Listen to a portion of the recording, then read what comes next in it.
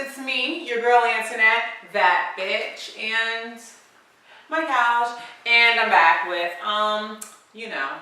It's a little bit of Brandon time happening, I think. It's Brandon time. All right, so, beloved, what we talking about today? Ooh, beloved. Yes. Sister. Yes. I think we're talking about fixing people's lives. You might as well just call me Antoinette Whitfrey Van Zandt. Oh, okay. So, Iyanla Fix My Life. Fix My Life. Yes.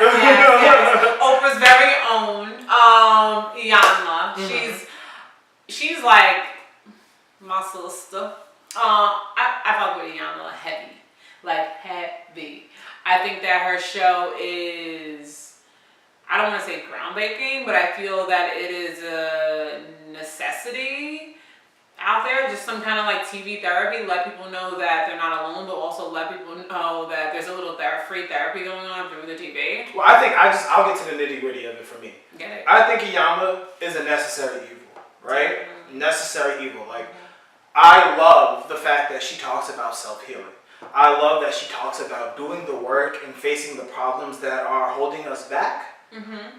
She can be very over the top. She can definitely Dramatic. Characterize African Americans and minorities in a bit of a negative way. I think the main thing for me with Iyanla is when she comes off insincere with her like sarcastic, The theatrical. the theatrical. So go there, baby. Go there, baby. And I mean, I definitely think it's a little crazy for us to say that because that's who I think we are in our regular everyday life. Because if you know us, that's who we are. Yeah, but we're not doing therapy on We're TV. not held to those same standards. No. Facts, definitely us. But like I said, I love the fact that she, sits down with families and she talks about whether it be physical abuse, verbal abuse, mental abuse, sexual abuse, infidelity, just family dysfunction, just anger, secrets, all of it. The pathology. The pathology. So there's an episode that recently aired called One Mother, Three Daughters, and One Dead Son.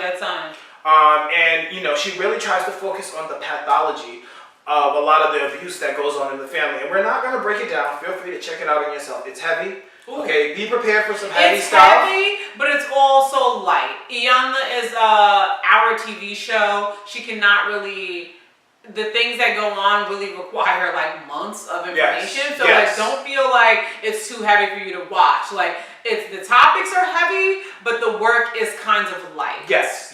Well, I think that's also because, like she said, because it's our show. Yeah. She only really scratches the surface. But Iyanla really talks about the pathology of a lot of the abuse that this family is dealing with and experiencing. And it's just very necessary. And I think it's important that we talk about it in general, especially as people of color, because we spend so much time, sweeping under the rug, living in secrecy, the things that happen. We talked about a show called Random Acts of Flyness. Hopefully you saw that video. And they have an episode called The Apology, where it's really just focused on, abuse within the black family and the black community and the black household. And one of the really interesting parts of the episode is that they focus on a woman talking to a cousin or a friend, and they're referencing the babysitter at the precinct, and he's telling, well, yeah, she did this to me, but I wanted this. Like, this is an experience. It's not sexual assault. It's not molestation. It's not rape. Yeah. But that's not accurate. Yeah. We can't do the mental gymnastics to justify these things, and that's one of the things that I think Iyanla does. Yeah. She's like, bring it back and realize that you're not responsible for these things. Yes. And you have the right to hold people accountable. She definitely hops in and gets real rough when it comes to people living in those fake, false narratives. Like, oh, but it was like, she's like, hold it, bring it on back. No, that's not what that is. We've gotten so caught up in making excuses, living in false realities that we can't decipher what's real and what's fake anymore. And that's what Iyanla or any other therapist, their job is. To kind of stop those thoughts, stop those lies from perpetuating, like keep on happening, like just stop it. And I do want to clarify that Iyanla does not say she's a therapist. She does not say she went to school for this, right? But when you watch the show and when you experience it, it's about just sitting down and dealing with the issues and the problems that are holding you back, whether they like the mental, emotional, physical things that are holding you back, whether it be, you know, depression or bipolarism. Like get it to the root. She wants to get to the root, and it's important that we sit back and talk about those things because, and I've said this to you before, I have friends who are Asian, Hispanic, African, Caribbean, descendant of slaves who are black,